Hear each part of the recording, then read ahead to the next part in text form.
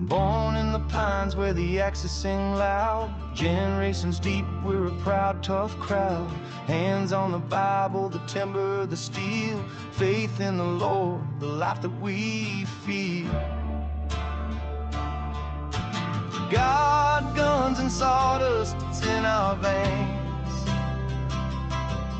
Through the sweat and the toil, through the joy and the pain.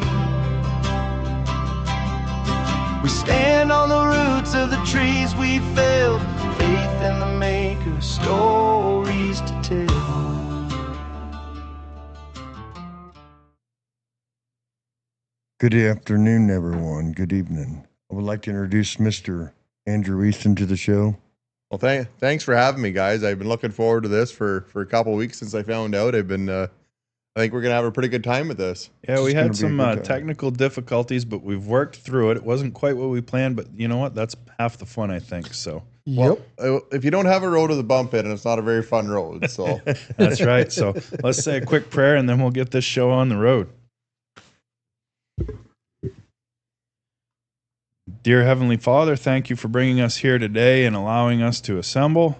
Thank you for bringing everybody here in good health, and may they have safe travels back to the next journey that they're headed, whether it be another show or back home or back to work.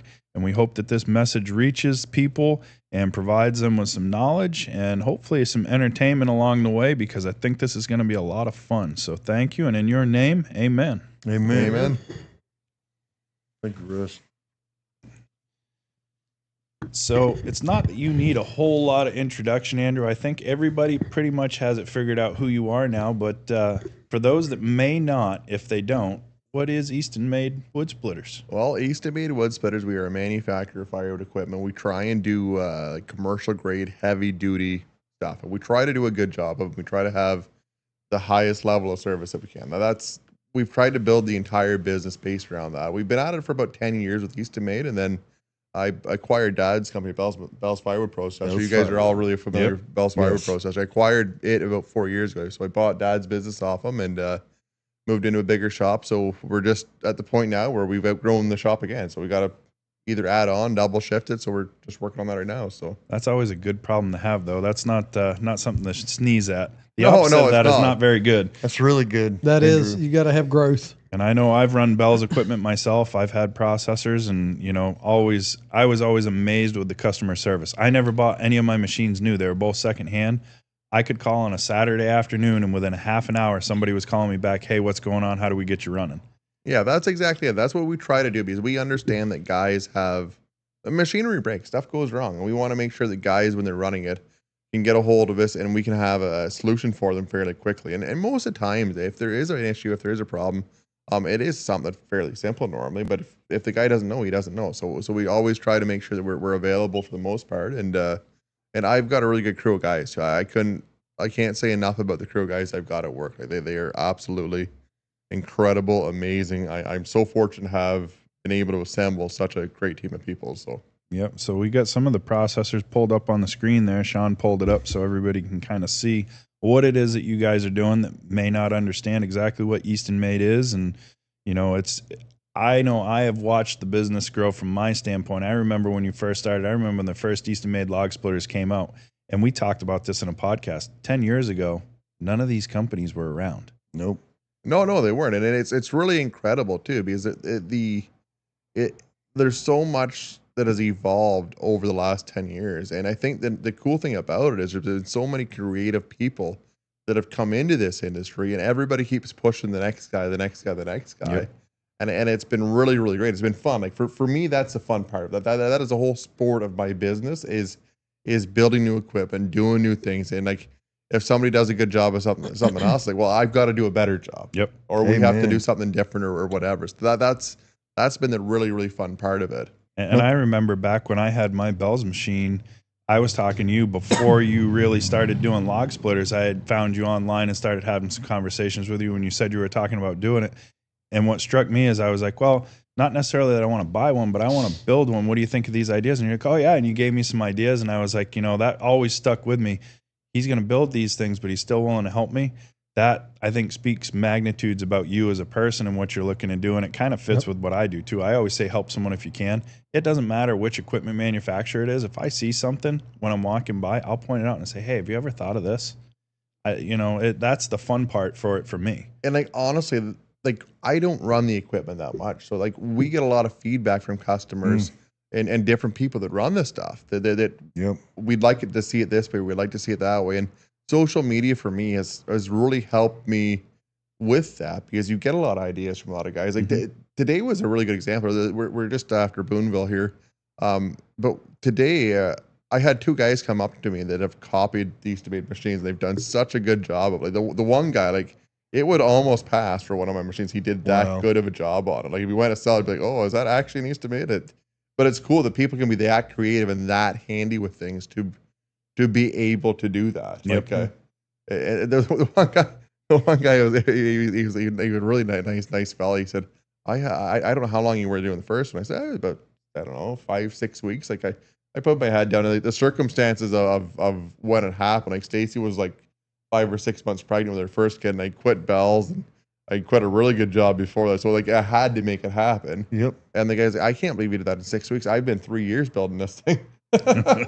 Determination. Determination. That's great. So did you have an engineering background or? No, not at all. I'm an auto mechanic by trade. So in Canada you have Red Seal, so a certification, a countrywide certification. I have a Red Seal in automotive mechanic, and then I have called a 433A for an industrial millwright. Okay. So that's my background. Like a millwright kind of blankets everything, right? Yep. So, sure. Yep.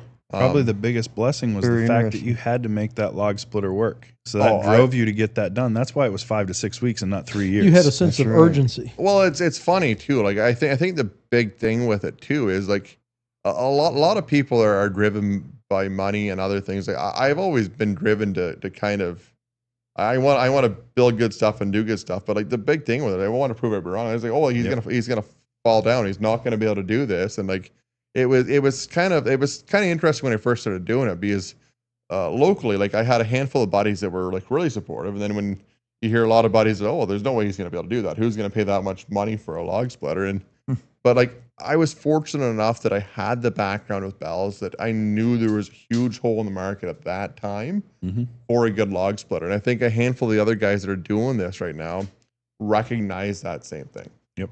Because a bunch of these guys kind of started all around the same time. Yeah, absolutely. So like Eastonmade and Wolfridge kind of started around the same time. So those were the 2 big companies that everybody, when you talk commercial log splitters now, those are the big companies that pop up when you think about it. Yeah. But there's companies that were behind the scenes, like I do stuff with Allwood. Allwood had been building splitters for 19 years.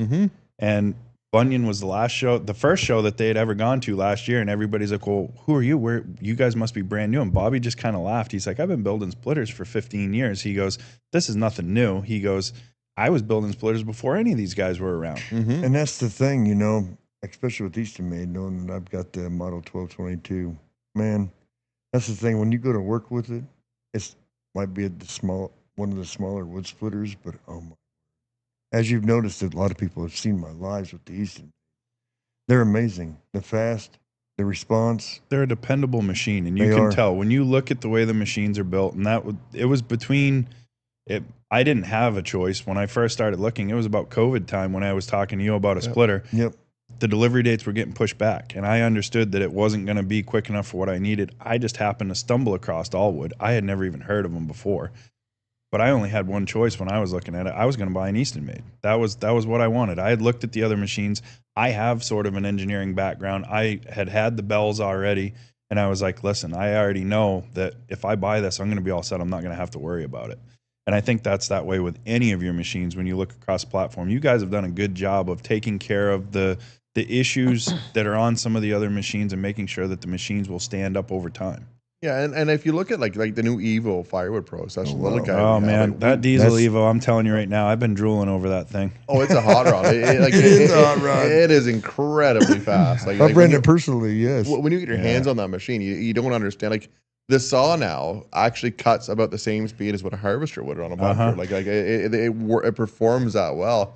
But like with that machine, we had a lot of reservations. I had a lot of reservations about building a machine of that size. Yep. So because like it's really, really difficult to be able to build something. Because there's a handful of things we have to be able to meet. Like we have to be able to one, meet quality. Two, we have to meet performance. I'm not going to put something out on the market that's not going to perform really well.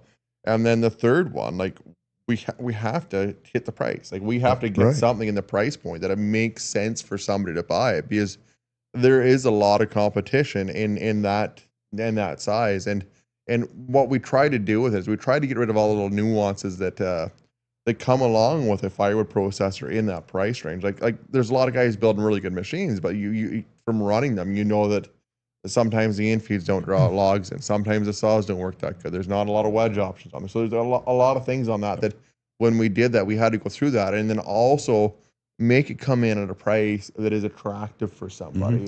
And we've thankfully, like I said, I've got an incredible group of people at the shop that everybody kind of teamed together, and we got rid of anything we didn't need and put on what we did need. And honestly, the whole machine is kind of like a back to basics, bare bone hot rod machine. That's what it is. There's things that you guys did with that machine. When I saw it, I grinned, because I've always wanted to build my own firewood processor. And the tipped log tray, when you put the log tray tipped to the inside of the machine to keep that log on the chain for the positive feed, so you're not fighting with that chain, grabbing that log all the time.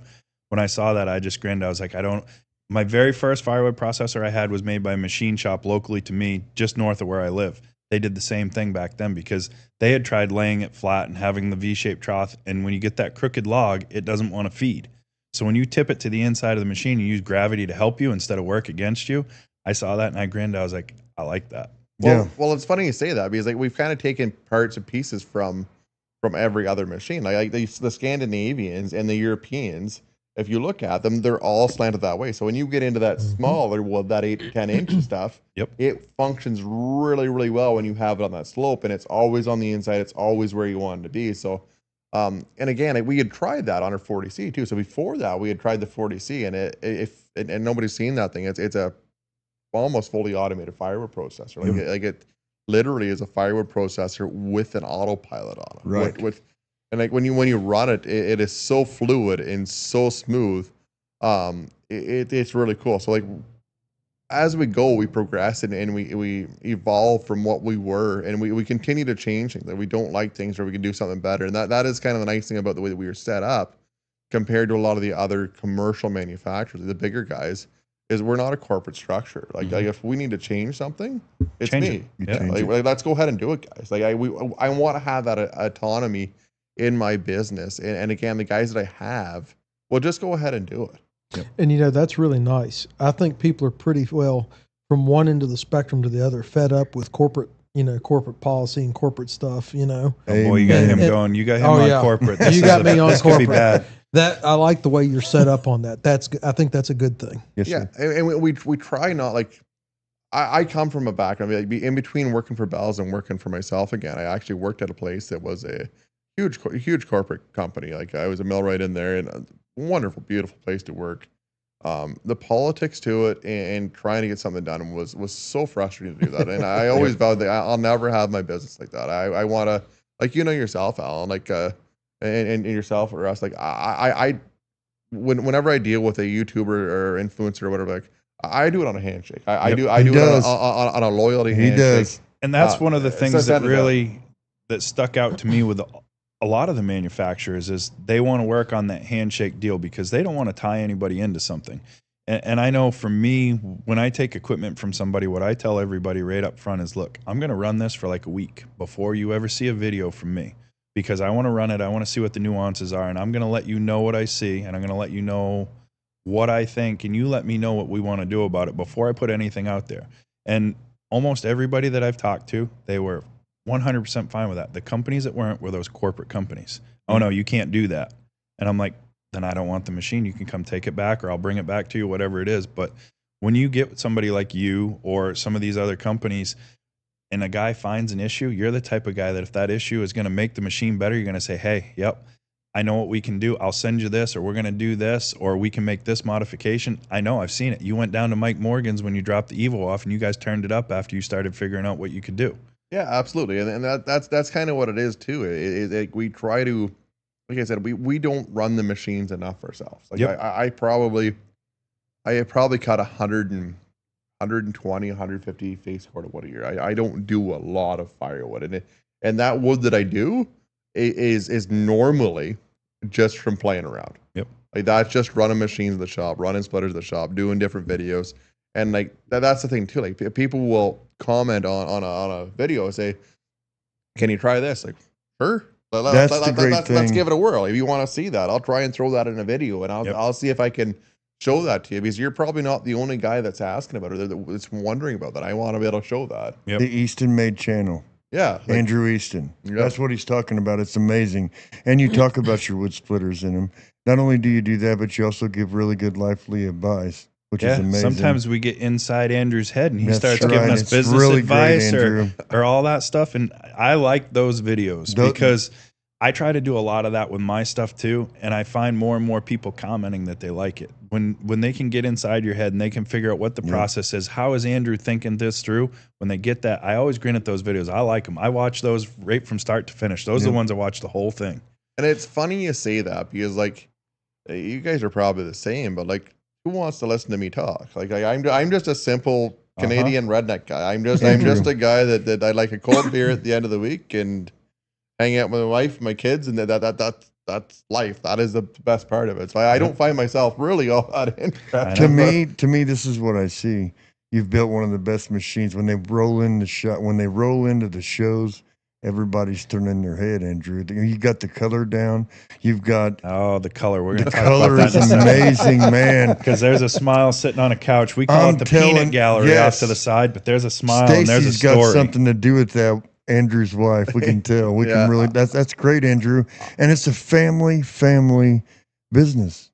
Yeah, it is. Like a Canadian family business and you can really tell a man by his handshake and when he looks in your eye, and whenever you tell somebody you do something, you do it. That's what every country needs. You know what I mean? And it's funny you say that, because like we've had the opportunity doing this to travel pretty well, travel around the world doing this and talking to different people. And I always tell people like when we went to England last year, that was probably one of the funnest trips I've gone on, because like mentally in your mind, you're thinking you're going to have tea and crumpets and a bunch of people that are uptight. I'll tell you, the guys over there are as big a rednecks as we are. They are an absolute blast. We had so much fun at that logging show over there.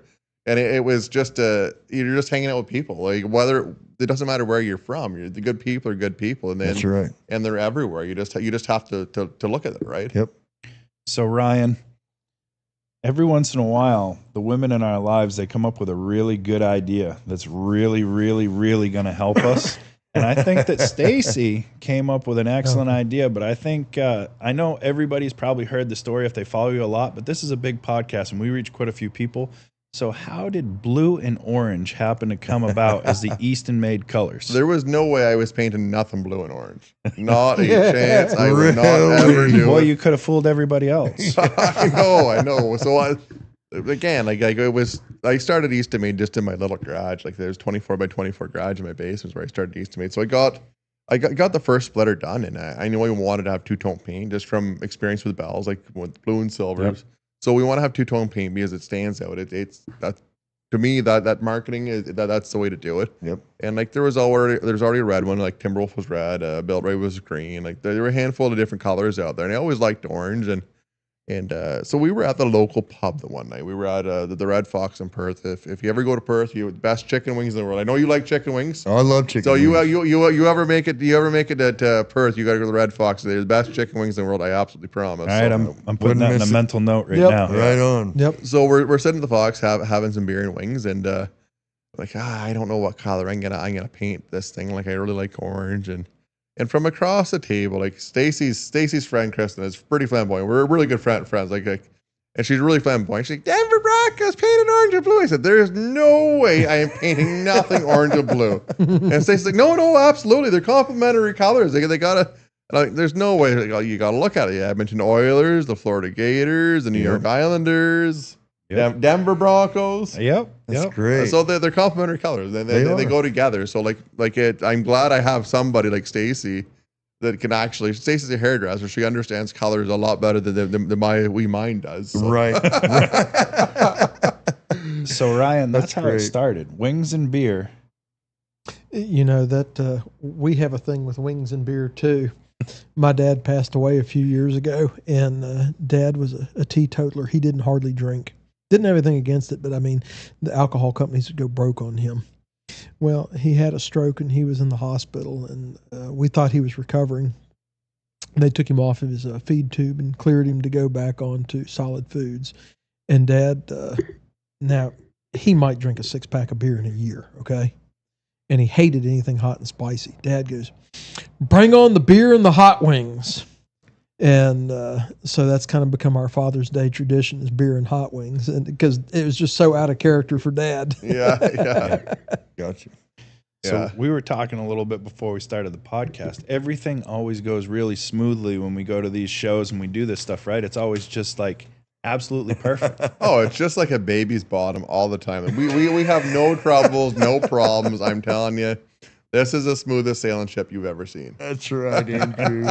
That's our story, and we are sticking to it. No, we got talking about it, and Ryan and Andrew were talking about some machines and some issues they had, and there was some smoke and some fireworks at a show. Yeah, the one year in Booneville, it was.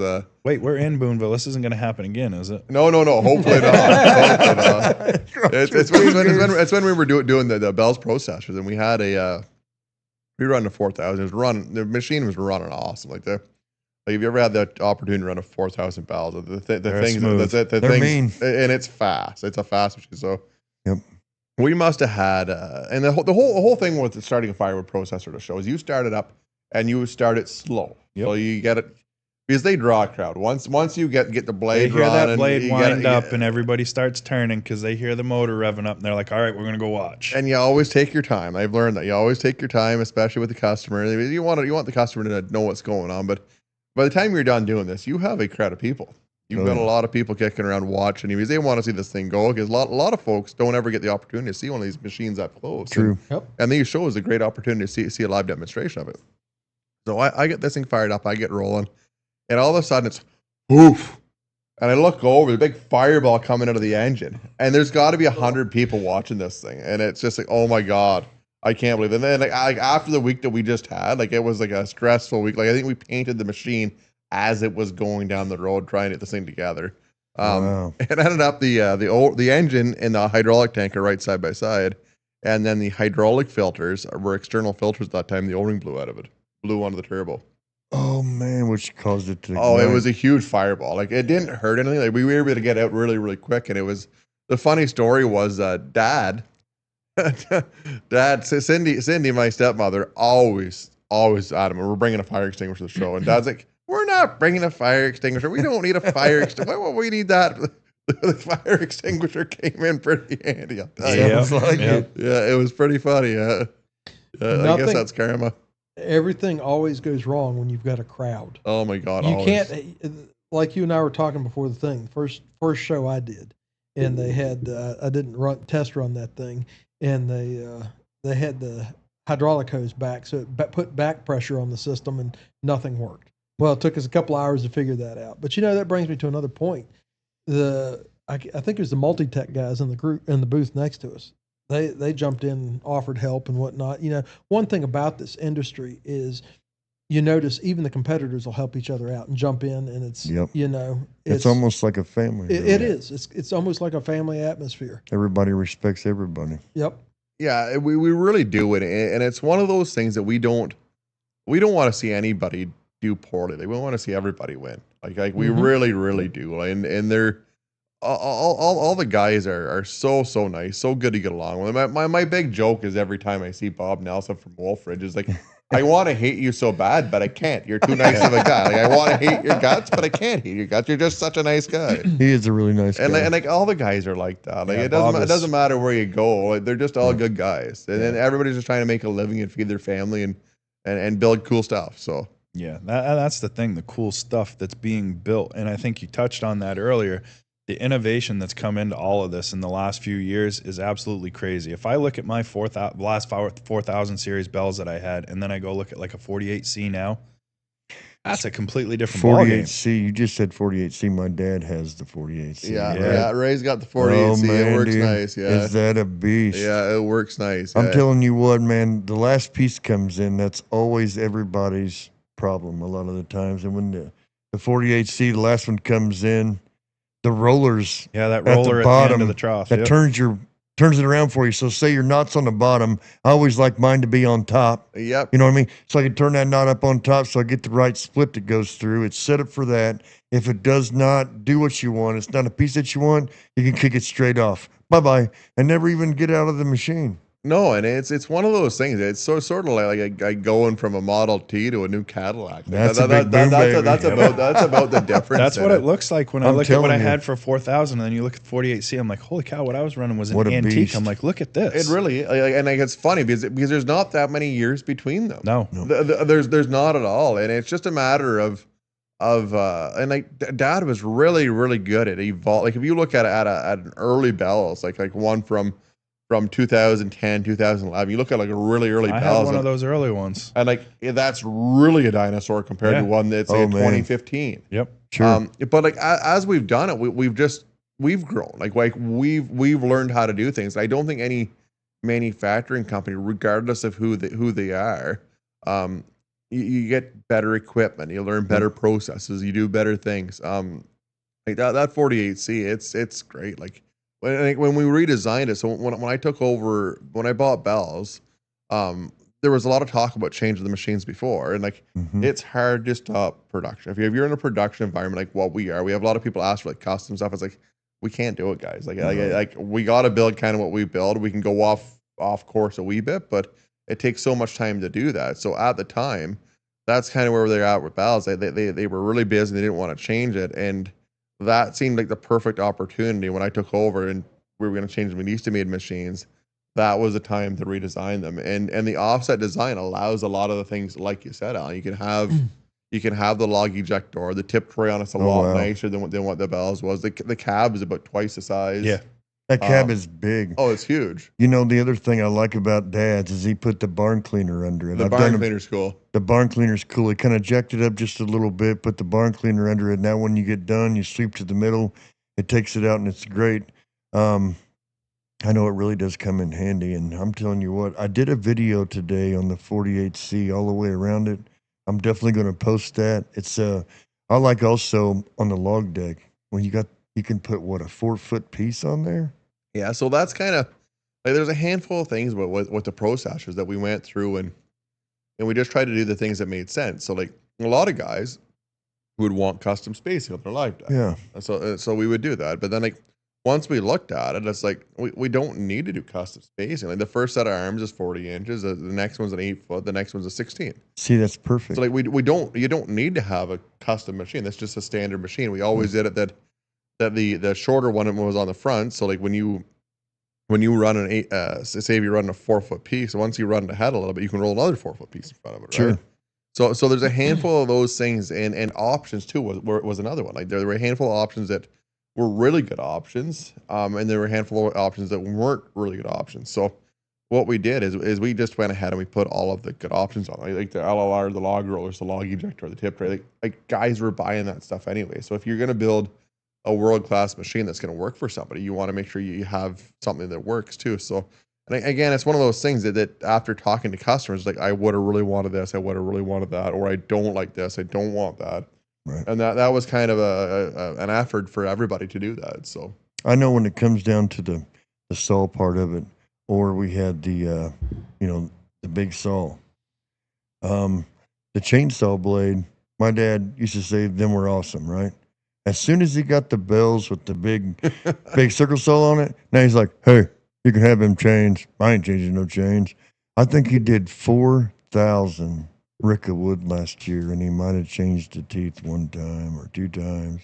He brags about how much time, effort that it saves him. It's really dramatic, the difference in performance, the difference in it just makes the machine a whole lot smoother. There's there's nothing wrong with the chainsaws, but Sure. when you go into that circular saw, if you can afford to do that, if that is the way to go. And that is your production. Wouldn't you think? I mean, as far as if you're a big production guy, you don't realize how much time the little things take in your day. Yep. Like if you have a log turn side, if you have to reach out the window, if you have to pull a block out, if you need to play around with getting a log to fall, and like all of that stuff takes so much time out of your day. Yes, it does. And it adds up quickly because the machine itself, it's incredibly fast. Like if you're running perfect firewood through it, it's insanely fast. But everybody knows there's no such thing as perfect firewood. Perfect fire logs. Perfect firewood's veneer. Like that's what it is, right? Right. Like, there's no such thing as perfect firewood. I get 2 loads of perfect firewood a year from a sawmill down the road from me. So I get their cull logs, and they're all ash, and they're all perfectly straight. And when I get those 2 loads, we've been doing it by hand for a few years, and I always said, man, what I wouldn't do to have my processor back. Yeah. And now we've got processors in the yard again, so I know those logs are coming in just a month or 2, and I'm like, if anybody ever wanted to show how fast their machine could really run, those 2 loads of logs, especially being ash, holy smokes. Yeah, it would be pretty impressive to see that, and that's kind of the tricky thing with it too, because they're with this industry, like there's a lot of claims, a lot of because everyone wants to know how fast can you do a quarter. Yeah. Everybody wants to know how good is your log yard laid out. How good are you at handling material? Are your knots bumped? That's exactly it. Because like you'll see some manufacturers will say 7, 8, 9 cords of firewood an hour out of it. Under perfect circumstances, but we don't live in a perfect world. Like most processors, you're going to be between like small one like the Evo, you're probably going to be 1.5 cords, 2 cords an hour out of it. Yep. And like something like the 48C, 60C, you might be between 3 and 5 full cords an hour out of it. If you're running perfect poles that are 16, 17 inches, you might get 6 cords an hour out of it, but you're not running that stuff all the time. The question is, okay, so one big thing I see, people ask all the time, well, what can you put through this? My question is, how good are you at handling the material going in, and how good are you at handling the material going out? Because people running splitters, they don't realize I think you'll agree, there's not a bad product on the market right now. Everybody builds pretty good stuff. It's all fast. What can you move? Are you belting it off onto the ground? Are you belting it into a dump trailer, dump truck? You got to do something with it once it comes out. You're not just putting it in. It's got to go somewhere. Right. Mm-hmm. Yeah, and that's kind of the neat thing with it too, is there's so many guys, there's so many different perspectives on it. And every time you think you've seen it all, you haven't. Yeah. like myself, like I say, oh, well, that's a really good idea. And then you end up going to a different guy's wood yard, and it's like, oh my God, that's crazy. I can't believe that. Like there's and like you said with the barn cleaner, like I've seen guys. There was a fella up not too far south of Sault Ste. Marie in Ontario, on the Ontario side, and he had his up probably 8 feet. It was probably 8 feet in the air. Get under it with a machine and clean it right out. He could almost drive out on the skid steer. He could almost drive out on the skid steer, and then like and it's cool the way that people set things up and how they do things differently. One of the nicest wood yards I've ever been to, of all places, was Florida. Really? Like they burn firewood in Florida? Lots of it. You wouldn't even think it. It's hot down there, though. I know. Fire pits, pizza ovens. That's exactly it. Yeah. And this gentleman had a lot of experience with fire processors. He had his secretary or somebody called me up. The guy worked for him. He said, "This guy wants to sign." Okay, whatever. I'll give him a call. And I said, "Oh, well, I just happened to be going to Florida next week, and it's not far from where we're going. We'll stop in." And I didn't think much of it. And the fella had every kind of fire processor in the world. He was running all kind. He had 3 or 4 Multi-Techs, Cord Kings, Blockbusters, Pezzolatos. He had every. He had a graveyard full of wood splitters. Like it was so cool to see it and talk to this gentleman. It almost made the trip to Florida for me. It was so cool to see that. It was like going to Disneyland for me.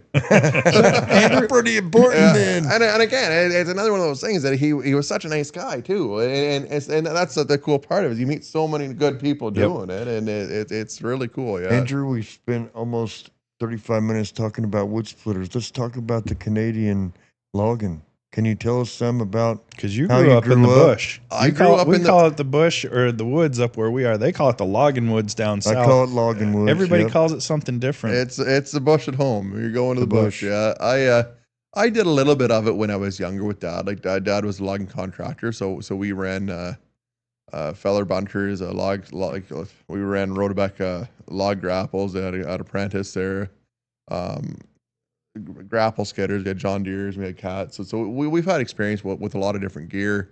And right now, like the logging industry in Canada, I think it's about the same as it is here. Like it's not fantastic, but It's not right now. But like you guys have always said, like I've listened to the podcast quite a few times. Like there's no young people doing it. There's not. It's a dying art, and I think like we were talking earlier, it's a matter of one, learning how to do it, like going to your local logger, getting experience doing that, learning how to do it, and then the other one is doing it. Doing it. Yep. Motivation. There's so many people now that just want to go, especially blue collar guys, I find, that want to go and work for the utility or work for the township or want to go and do this. And then there's only a handful that want to take that leap, that want to go and they have that entrepreneurial spirit to go and do that. You got to have the drive. You do. Absolutely. And it's one of those things. I think it's the unknown, right? Yep. It doesn't matter who you are. You're afraid of the unknown. And the more you can release yourself from that and release yourself from that anxiety, you're going to be able to grow and you're going to learn. It's no different than learning how to walk. It'd be scary to learn how to walk the first time. And then once you do it, it's not so bad. Then Not so bad. you start walking, you start running. Yep. You start jumping. You know what I mean? So it's, But I think for all of us sitting here, we're kind of all entrepreneurs. We couldn't picture ourselves doing anything else. no, not at all. Like even a bad day doing this, it is far better than a good day. When I doing look at it, something else. I've been self-employed, and then I've gone back and I've worked for people before, and I've gone back to being self-employed. And whenever I work for somebody else, just the entrepreneur in me, when I look at what somebody else is doing, I'm like, man, we're wasting so much time over here. My brain's always working on how can we make it more efficient? Yep. How do we do this better? And before I was ever self-employed, I made my living making somebody else's business work. I was always in some form of management, some form of process improvement, whatever it was. And I kind of always in the back of my mind knew I wanted to do something myself because I thought that I could maybe do it a little bit better. And I think that that's what drives all of us as entrepreneurs. We want to try to do it a little bit better. And I think that's like the sport of it for me. Even growing my business, like I always enjoyed working for other people. I had a lot of really good bosses. Like the factory I worked in, I had a couple of really good guys I worked under that were my bosses there, like super awesome guys. And I think that's where I've learned a lot of my management skills is from those guys and structuring the business. And I think the big thing with it is the sport of doing it and wanting to do better and seeing something evolve. Like that's the nice thing. So you never built a machine and sat back and said, there, we're done. Don't have to do anything else anymore. No, I don't think I've ever done that. I think it's like, I want to go and try and break this thing now to make sure it's not going to break. That's right. So that's what it's all about. I mean, we never stop. You can't stop because the minute you stop and you're content with what you're doing in any of these industries is the minute you start going backwards. Yeah, and I think for me, like the creativity thing of it, and I don't look at myself as a creative person at all. Honestly, I've seen some of the machines. You're fairly Well, creative. Yeah, you're really creative, Andrew. No, it's not. Believe me, it's not me. Like everybody says, "Oh, you build such a great machine." I don't. Like it's the guys that work for me that do this. Like I might have I have some input and let's try it this way, let's try it that way. But like honestly, like the guys that work for me, and it's at every single level in the shop, regardless of regardless of the job the guys do. I'm going to tell you something. The speed of the leader is the speed of the game.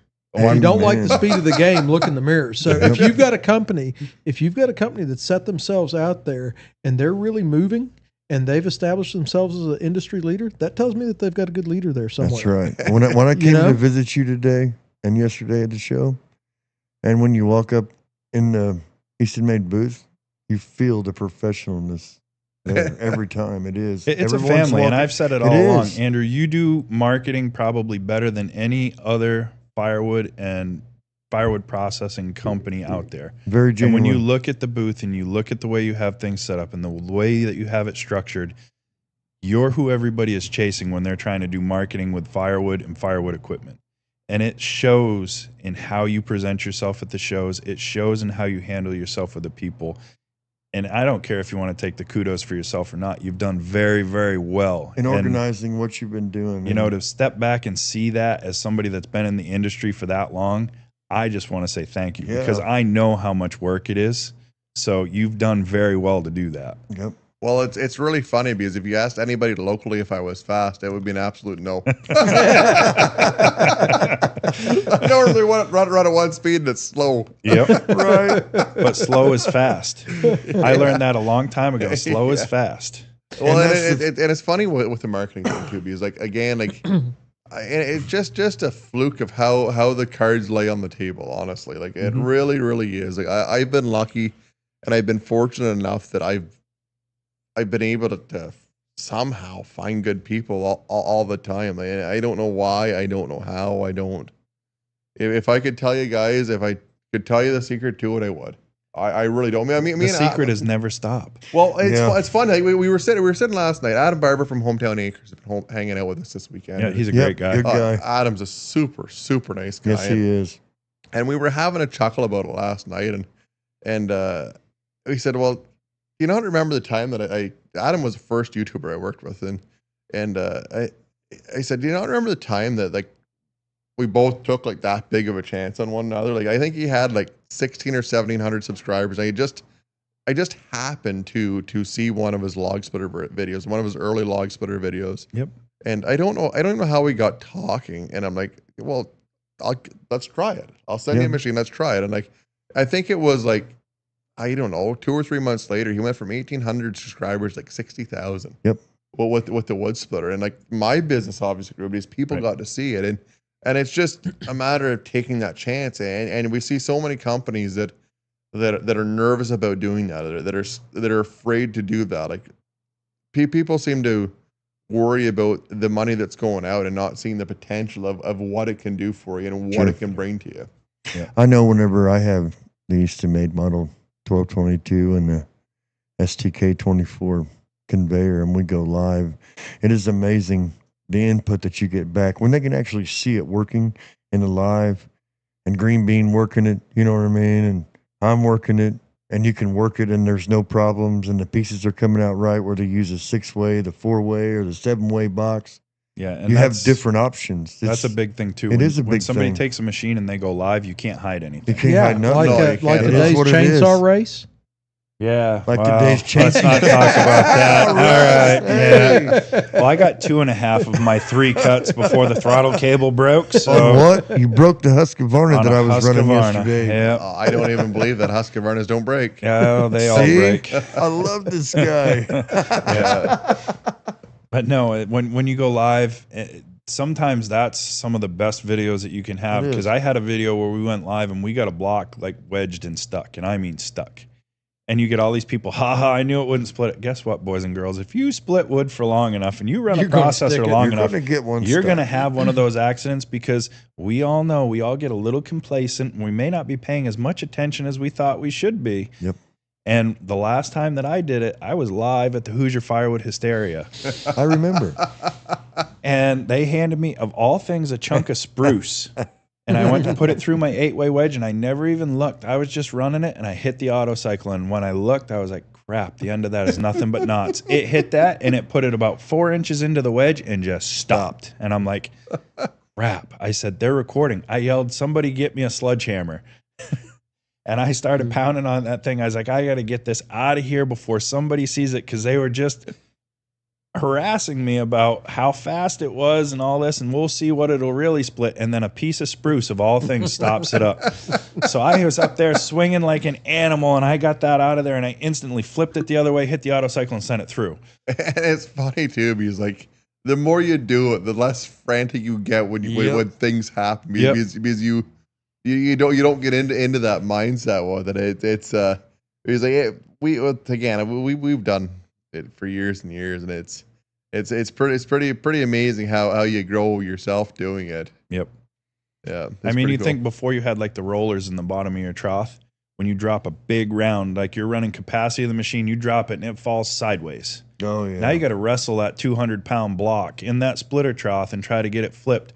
That's how I got stitches, was on my bells trying to flip one of those, and it slapped my hand against the wedge. I thought it took my finger off at first, and when I looked and it was still moving, I was like, we're good. I'm seeing a real pattern here with you and fingers. Oh, I'm telling you, I always put them where they don't belong, and it's one of those things. Well, you do know what they say, eh? Yeah, don't put your finger where you wouldn't put your... Yeah, I know. That's rule number one. I know. Rule number one it used to be. And, looking at it, and that's the thing. Like, people will watch my YouTube videos, okay? When I look at it, I've probably split 25,000 cord of firewood with a log splitter in my lifetime of doing firewood. Yep. They see a pinched finger, and all of a sudden, you don't know what you're doing. The amount of firewood I've split compared to what a homeowner is going to split, it's a completely different ballgame. But we still all make mistakes. We're human. We hurry. We do things we shouldn't do. And most of the time, it's that hurrying or it's that not paying attention. We get nonchalant. That's what'll get us. So sounds like timber cutting too. It's the same it's thing. the exact same thing. Like, well, you guys have talked about it on a couple of podcasts. Like, it's not a matter of if, it's a when. yeah. Yes, sir. It is Definitely. a when. Yeah. And I felt bad because Kevin was running the splitter. Kevin's a great guy. I love Kevin. Kevin is one of the nicest guys in the world. And he has gotten adopted by the Woodhound community. The Woodhound community loves Kevin. So like Matt from Lily's Farm and Firewood, we went to Hope. He stole him from me. He's like, will a little guy run my splitter? And I was like, yeah, I'm sure he will. He's like, hey, come over here. He said, they got enough big guys. You get over here. And he took him. He took my operator away. Yeah, Matt's awesome. I like Matt. But I mean, when you look at that, it's just that whole aspect of everything that goes into it, what happens, how you put everything together. It's not so much that you're after one focus. There's so many more things that you have to look at when you look at a business. It's not just one perspective. And it's the same thing when you're splitting wood. It's not just one thing that you're looking at. There's so many things going on. You've got to pay attention to more things than people realize. If everybody knew how much fun running a business was, I think they'd all start their own. Oh yeah, absolutely. And I think that's the thing with it too. Is like when you run a business, you have to be able to do everything. And from a perspective of especially blue collar guys, I find a lot of blue collar guys get into doing business. Like, I want to do this. I can do this trade. I can do that trade or whatever. And they focus solely on doing the job, which is fantastic. It's wonderful. But if you're running a business, there's a lot more to it than that. You're no longer a plumber. You're not a carpenter. You're not a logger. You're a businessman. Yep. Now you're HR. Now you're accounts receivable. Now you're payables. You've got everything that falls into it. And a lot of people, when they start a business, they don't realize that comes with it. And I wish there was more dialogue for guys like that are going to get into business or that are in business. That the guys, you have to really understand this, because I think where most people fail is in that aspect and not realizing that there's so much more involved, and it's not even a bad thing. It's not even like I don't do it, guys. It's just it's another skill you're gonna have to learn, and that's what it is. It's no different than felling a tree. Like you've learned that skill, but then now you're gonna have to learn the skill of accounting. You're gonna have to learn the skill of talking to people. Like there's a lot involved in that, and it's not like people can't do it at all. Like, it's just a matter, you have to be conscious that you need to learn how to do that. That's another thing that I've talked to a lot of people about too, is it's very rare that you find somebody that knows how to build a machine and has great customer service too. And as far as how they can talk to a person and how they can handle a person. When you find a lot of these engineers that are really, really good at building and what they do, if you put them in front of somebody and say, hey, can you talk to Alan and tell Alan about this machine? They go, yeah. And it's funny you say that, because everybody's mind is wired differently. Like like depending on what your upbringing is, what your past experiences are, even like people that may be slightly on the spectrum with autism or something like that. Like they're normally incredible accountants. They're normally incredible engineers. But like to get into a situation where you have to talk to somebody or do something like that, that's a hate crime. You be quiet. It's really so we it's have really one of tricky. those spectrum people here. So he's there. He follows us around, but the stuff that comes out of him when he gets into that brilliance, I'll tell you right now, it's amazing. Oh, like a lot of people look at it as that's a gift. Oh yeah, he's That is gifted, an all right. absolute gift. His I'll mother tell you, told like- him his whole life he was a like gift. some people, and even like ADHD. People talk about ADHD. No, that is a gift. We all have a you gift. are Everybody completely- sitting here has ADHD. I can testify to that 100% already. I know because we wouldn't do what we do if we didn't. And it's one of those things that you just have to embrace it. Yeah. And, Oh yeah. and as long as you know that that's the way you function, that's the way you work. Alan, you know anything about squirrels? Where? Hey, there's a rabbit. Oh my God, I'm so terrible. I how's- have no idea. Hey, Russ, how's that turkey you hit this morning? It's probably still on the road. I tried to avoid it. And Alan should have picked it up, but no, Yeah, he he left dropped the dinner ball on sitting that in the one. street. We swerved around it. We hit it. He could have grabbed it. yeah, and it's just strange. It's like, again, everybody's brain functions differently. Everybody is going to be able to develop different skills at a different rate. But the biggest thing is putting the effort in. And it's when you take all of those pieces. So like you said, you have a great team. Everybody thinks a little different. So now you've got all these great minds. And when you can put that all together, it's real easy to see just how well that works when you look at those blue and orange machines sitting at the show. It's all spokes and a wheel. Honestly, it is. Yep. Because like we have some guys that they die. Honestly, like if you put them in front of a camera, like Dad's like that. Oh yeah. You put a camera in front of Dad, he just freezes. But like Yep. some people, they're not comfortable doing that. It's not. But your dad was always one of the best ones at remembering somebody when they walked by at a show. Yep. I had only met your dad one time before I bought my bells, and I hadn't talked to him since I bought it. And I went to the logging show in Bangor, and he walked right up, "Hey, Russ," and he shakes my hand, and I'm like, "Huh?" He goes, "How's the machine treating you?" And I'm like, "How in the world did you know?" And he's like, "I know." And it's funny you say that too, because like Dad never finished high school. Like he finished grade 10. Like he's got a grade 10 education. Ain't But that like something?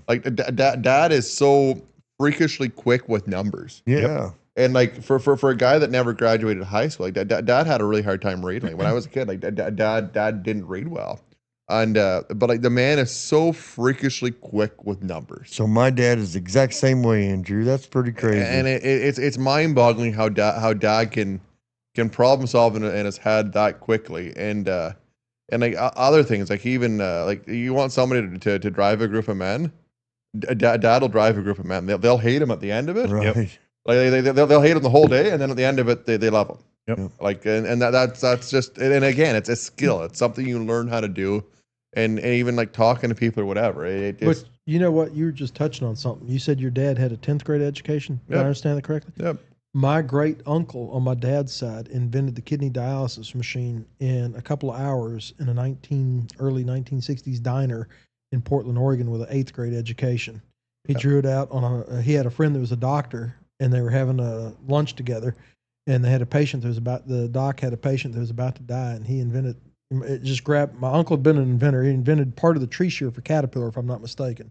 Not 100% on that, but he became obsessed with it and had a working prototype in, you'd have to ask my mom, but I think it was less than a week or 2 weeks in his basement. Yeah, And they saved wow. that dude. 8th grade education. So a Unbelievable. piece of paper does not equate to being intelligent. Amen. No, not at all. And like we're very adamant on that. Like I'll if somebody can do the job and do it well, and I'd rather have that than anything. And I think that's the way culture is starting to shift now too. Especially having bigger names. Elon Musk is an example that comes to mind. He doesn't care. He just wants somebody that is sharp enough to do it and that can do it. And that's probably the biggest reason I left. My corporate job is because I had a millwright license, I had a red seal, which in Canada that's like you're the highest level of tradesperson to have a red seal, but in the corporate structure I couldn't advance. They wouldn't put me in a management position. I couldn't go any further on the ladder, regardless of what I did, because I wasn't educated enough. And obviously I can do the job. I'm here, right? So, When I started out in my It's really good. when I started out in my logging career, I was buying some parts from Arnold and Craddock's down in Ridgeway, Virginia. Yep. And Bobby, I can't remember what we were talking about, but Bobby told me, Bobby Craddock, he's unfortunately passed on now, a really great man. But Bobby said to me, he said, "Do you know the difference between qualified and certified?" And I was, 20, 21 years old. I said, "No, sir."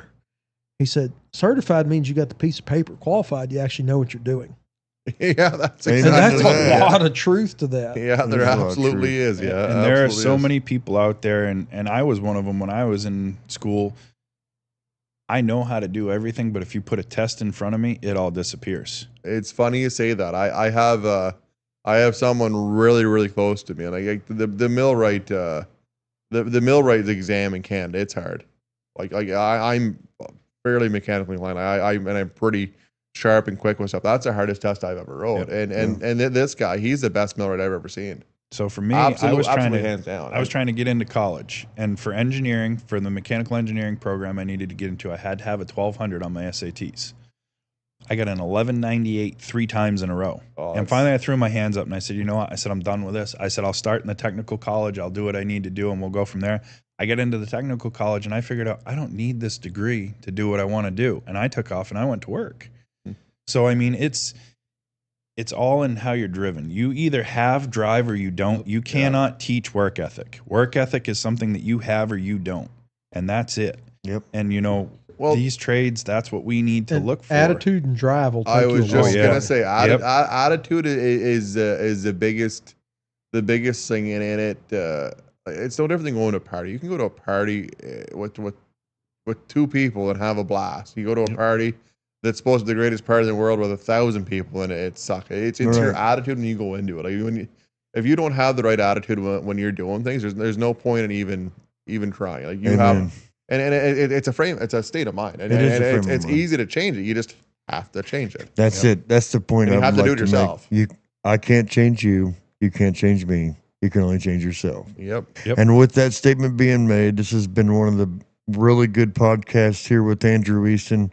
We love hearing what you had to say about how you got your business started, and man, Yeah, thank you for coming. Thank you for coming on with us. Thank you for having me. amazing. Honestly, And I know it's tucked inside that head of yours. So someday, maybe later on down the road, we'll get back and we'll actually talk about business and get into business for these people that don't understand, because I think that would be a fantastic Absolutely. topic. I would be Definitely. absolutely more than happy to do it. well, Andrew, since this right here all messed up on us, we didn't get you to go live like we wanted to. We're going to have to make you one of our lives, and that's one thing we need to talk about. That would be really great. I'd That be would- more than happy to do it. Business would be an excellent one to go live because people can bounce the questions. Yeah, and So- it's one of those things, like between business and finance. I think it's one of those things that people tend to shy away from, and it'd be so helpful for so many. And a lot of out there. people don't want to give information on that. Oh my God, Adam from it's- Hometown Acres, I watch all of his bean counter videos because they are so helpful. Yep. So, you know, I always say a little bit every day goes a long way, and help someone if you can. I think we all kind of learned a little something, and hopefully it's going to help somebody that watches this. Definitely. And that's what it's all about. If we can help somebody out and somebody do better just from listening or tuning in or whatever, that's the name of the game here. Andrew, thank you again for your wise and wisdom. We do appreciate everything you've done for us. And hey, that is a big Indiana boom, baby.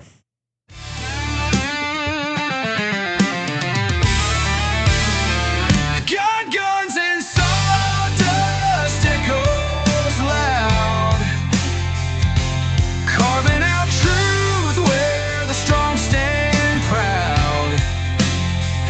We're done for now, but we'll be back again. Tune in next time where the stories never end.